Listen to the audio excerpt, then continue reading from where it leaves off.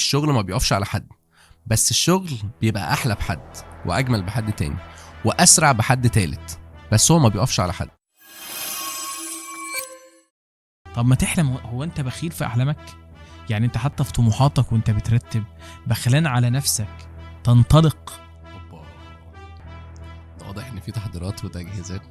بداية للحلقة يا جماعة. انا عايز اعلن انسحابي دلوقتي. طول حياته معايا هو شخص يعني طول الوقت بيهددني بعلاقتي بابويا، وانا بقى قلت ايه، انا من المنوفية هطلع القاهرة بس ولا حد بقى يقول لي حد كنت يقول لي فين، شفتك عادي بس وهعمل كل اللي انا عايزه، والله الله على الجد. والجد هلا انا اصلا من ضمن الحاجات الغريبه ان احنا وصلنا لمرحله ان احنا بنقول ايام زمان اللي هو فعادي يقول الاذاعه ويخلص اذاعه ويسلم على المدرسين ويمشي.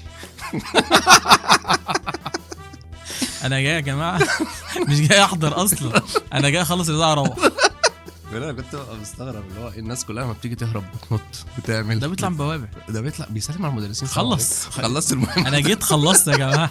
كانوا مؤثرين تاثير سلبي ضخم جدا جدا جدا جدا عليا، لدرجه ان انا اتعاقبت كتير جدا من ابي بسبب حاجات ما عملتهاش. يا عم انت مالك بيا، سيبني في حالي يا عم سيبني في حالي. لفظ مجمع الكليات. ايه ده، انت رحت ده الواد فلان عارف اللي هو ده في هناك محل بلاي ستيشن، بلاش موضوع البلاي ستيشن. انت بتضحك ليه؟ ملم بالمهم.